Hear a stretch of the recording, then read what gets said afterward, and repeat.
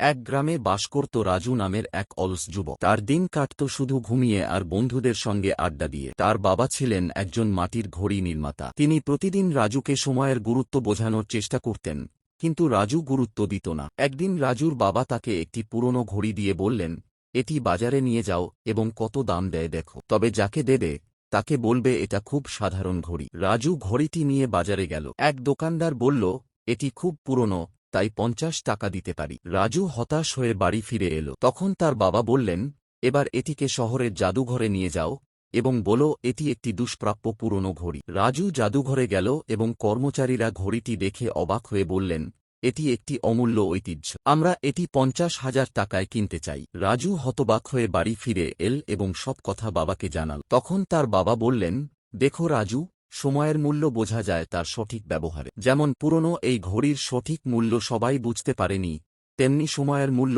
সবাই বোঝে না। সময়কে সঠিকভাবে ব্যবহার করলে তা তোমার জীবনের মূল্য বৃদ্ধি করবে। সেদিন থেকে রাজু বুঝতে পারল সময়ের গুরুত্ব। সে নিজের জীবনের প্রতিটি মুহূর্তকে কাজে লাগাতে শুরু করল এবং ধীরে ধীরে জীবনে সফলতা অর্জন করল। শিক্ষা: সময়ের সঠিক ব্যবহার আমাদের জীবনের প্রকৃত মূল্য নির্ধারণ করে।